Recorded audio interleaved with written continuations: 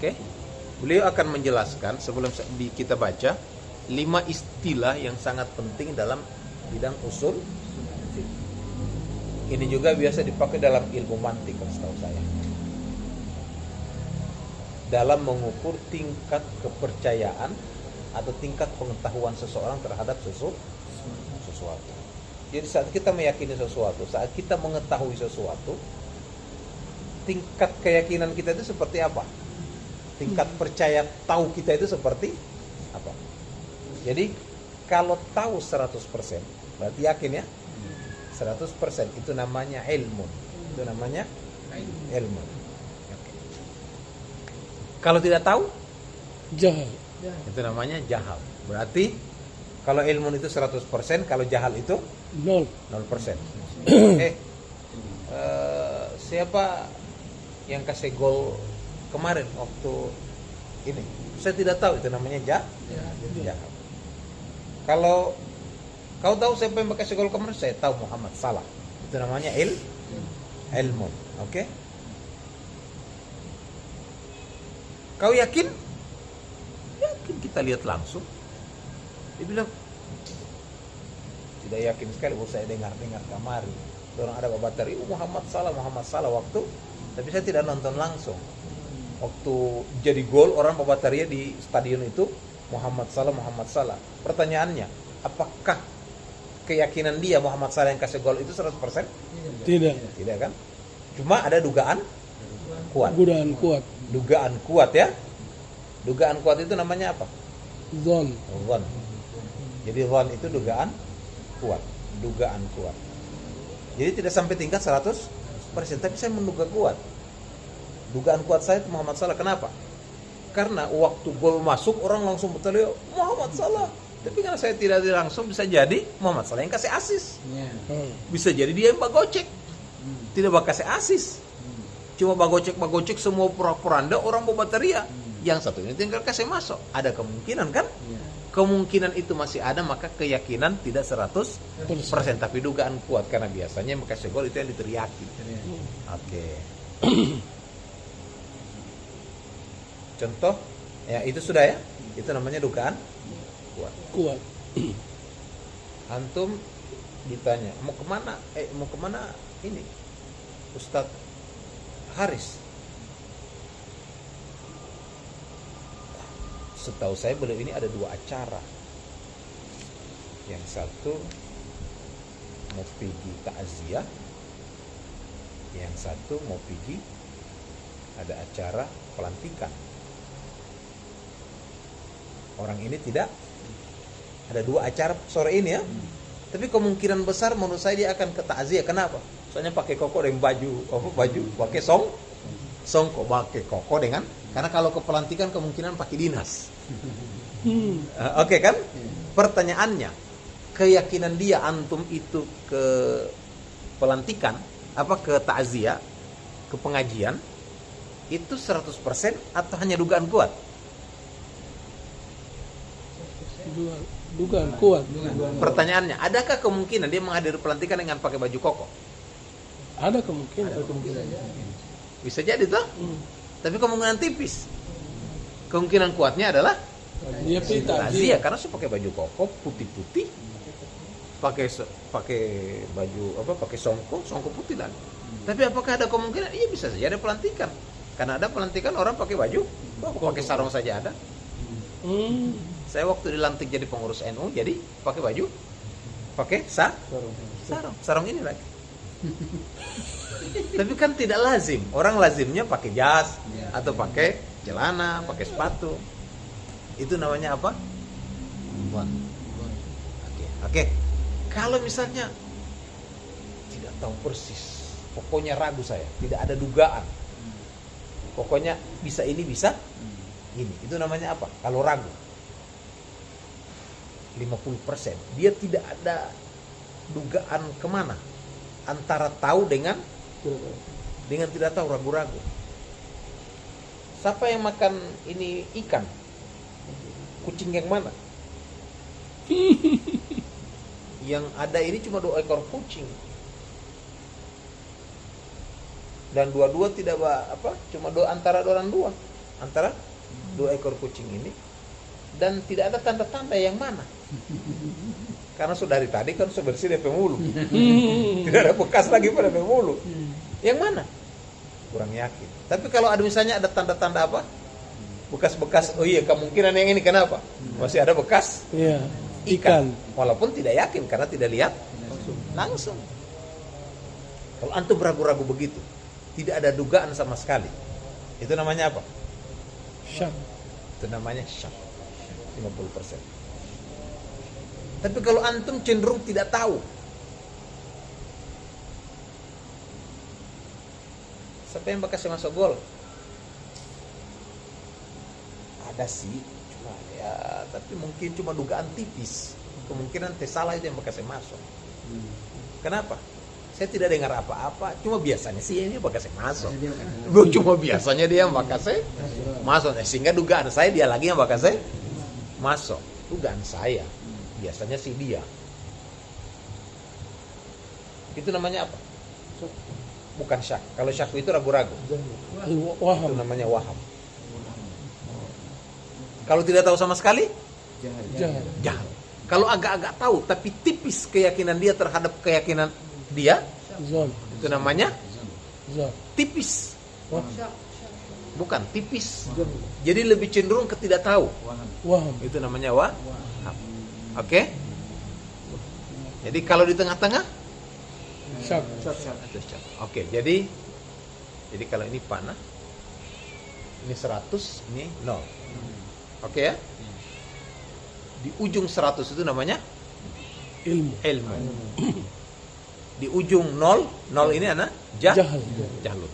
Di tengah-tengah syak. Dari sini ini jadi ini 50%. 50% pas itu syak. Begitu 50%,1 itu sudah Zon. semakin ke atas semakin kuat dugaannya, tapi tidak sampai kepada 100%, cuma sampai 99. Jadi dari 51 sampai 50 apa? 99. Dan sampai 99 itu namanya semuanya dzan. Kalau sangat kuat sudah 90% ke atasnya namanya adzannur rajih. Dugaan yang sangat-sangat kuat.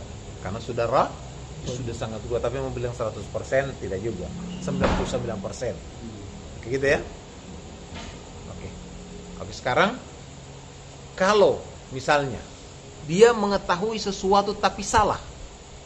Siapa yang kasih masuk gol? Oh, salah. Muhammad salah. Ternyata yang kasih masuk adalah Mane yang dulu ini ya, Liverpool yang dulu ya. Sekarang Mane.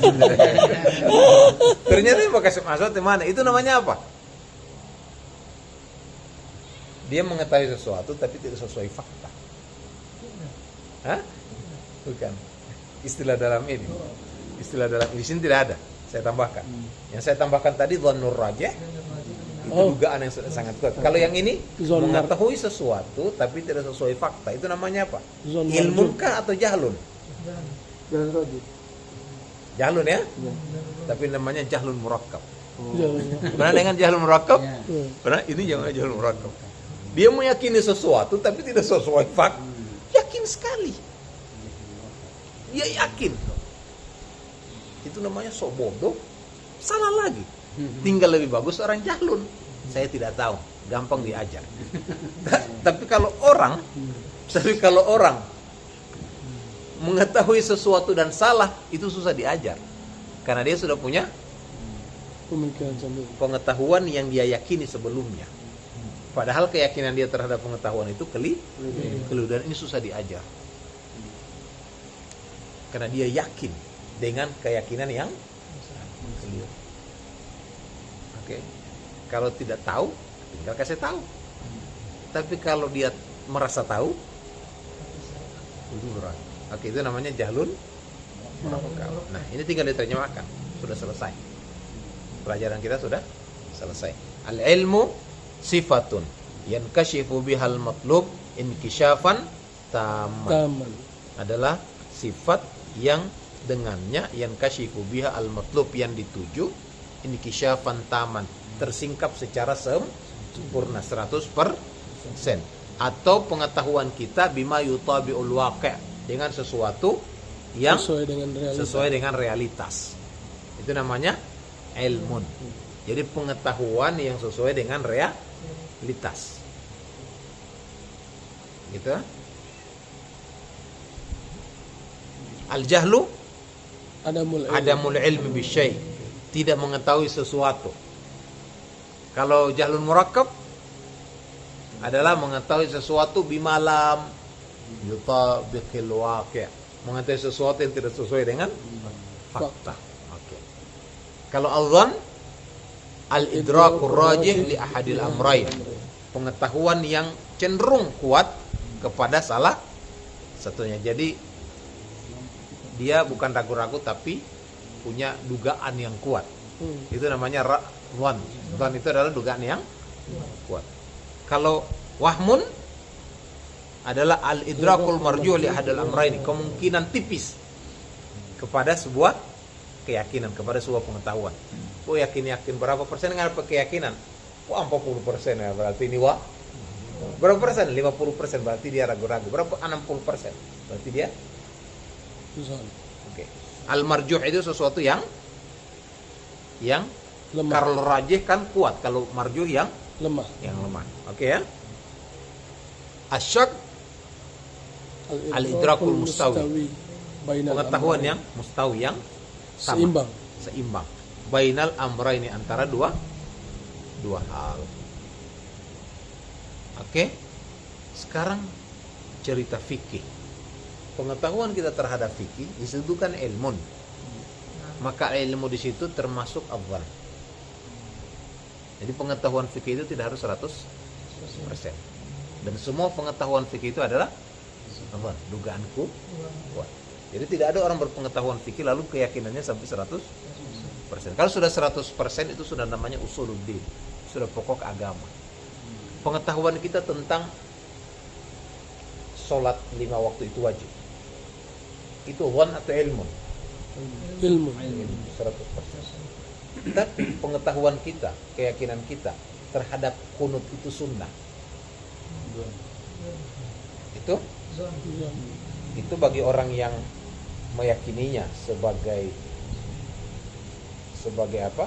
Sunnah, mazhab Syafi'i, itu dia tidak meyakininya sebagai ilmu 100%, tapi dhann, karena dalilnya contoh begini, menyentuh kulit perempuan yang bukan mahram membatalkan wudu kan dalam mazhab Syafi'i. Itu dhann atau ilmu? Dhann. Kenapa? Karena ada kemungkinan yang lain. Karena la mastumun nisa itu menyentuh. Apakah itu hakiki atau majaz? Apakah menyentuh di situ majaz? Karena bisa saja menyentuh yang dimaksud adalah berjima. Adalah berjima sebagaimana pendapat dari Hanafi. Atau yang dimaksud adalah makna hakiki. Oleh Imam Syafi'i dikatakan tidak. Pada dasarnya bahasa itu adalah makna zahir. Makna zahir, kecuali ada hal yang mengharuskan kita untuk memahaminya secara kiasan. Tapi oleh Abu Hanifah tidak. Al-Quran itu mengatakan dengan la mastum. La mastum itu berarti berbentuk dua orang saling. Sedangkan kalau la mastum, bukan la mastum. Kalau la mastum menyentuh. Kalau la mastum saling bersentuhan. Oke? Berarti ada dua orang yang melakukan sesuatu. Yang kedua, Al-Quran itu jarang melakukan sesuatu yang terkait dengan jima itu dengan bahasa yang zahir. Bagian dari kesopanan Al-Quran. Antum libasul fa'tu harthakum annasyitum, datangilah ladangmu. Nisa'ukum harthul lakum. Itu bahasa-bahasa kiasan. Oke, itu kata siapa? Abu Hanifah. Berarti pengetahuan Abu Hanifah juga, keyakinan Abu Hanifah terhadap hal tersebut adalah keyakinan yang ilmu atau dhann. Dhann juga. Oke, misalnya wal mutalaqqatu yatarabbasna bi anfusihinna thalathata quru. Dan hendaklah orang yang ditalak itu yang masih ada haidnya, hendaklah dia beriddah selama berapa? 3 apa? Quru. Apa itu quru? Oleh ada imam yang mengartikan quru itu adalah haid, ada yang mengartikan adalah suci. Secara bahasa dua-duanya memungkinkan, karena quru itu adalah kata yang bermakna ganda dan bertolak belakang. Itu quru ya. Qur'an bisa berarti suci, bisa berarti haid. Aneh kan? Mempunyai makna yang bertolak belakang dan dua-duanya dicakup oleh makna itu. Nah, ulama yang ini mengatakan suci. Lalu bagaimana dia menguatkan itu? Kan saat dia memilih sesuatu kan tidak boleh cuma asal pilih. Pokoknya kita sukai. Tidak boleh begitu ya? Harus ada alasan. Maka dia mengambil dalil ini, hadis. Nah, hadis itu bukan untuk membuat dia menjadi 100% keyakinannya. Karena ada hadis lain yang mempunyai makna yang bisa diartikan lain. Maka itu namanya dhann. Jadi keyakinan para imam madhab Qur'an itu suci dan Qur'an itu haid adalah dhann. Dan ilmu kita terhadap jadi saat didefinisikan apa itu fikih. Fikih itu di sini sebelumnya diartikan al-ilmu bil ahkam syar'iyyatil amaliyah. Ilmu pengetahuan. Yang maksud pengetahuan itu bukan pengetahuan dalam arti 100%. Termasuk dalamnya adalah dhann. Oke, gitu ya. Oke, saya langsung baca lalu kita tutup. Fattaraddudu fi qiyami Zaidin wa nafihi. Keraguan. Taraddud ya. Apakah Zaid itu berdiri atau nafihi atau tidak? Ala sawa, seimbang. Itu namanya syakkun. Wa ma'a rujhanit thubut, dan kita rujhan, ada kecenderungan bahwasanya Zaid duduk, walintifa atau tidak duduk. Jadi kecenderungan kuat, ada kecenderungan dugaanku kuat. Dugaan kuat dia tidak duduk, itu namanya, atau dugaan kuat dia duduk, itu namanya dhannun. Wa ma'arjuh, kemungkinan tipis. Sebenarnya saya kurang-kurang yakin, tapi ada dugaan dia itu duduk. Itu namanya wahmun. Kalau dugaan kuat namanya dhann, kalau dugaan tipis namanya wahmun ya. Dia ada keyakinan tapi keyakinannya sangat rendah. Itu namanya wahmun. Wal muradu bil ilmi fi ta'rifil fiqhi yashmalu dhanna. Dan yang dimaksud dengan ilmu dalam definisi fikih sebelumnya ya, itu yashmalu dhanna, termasuk dhann. Oke, cukup ya.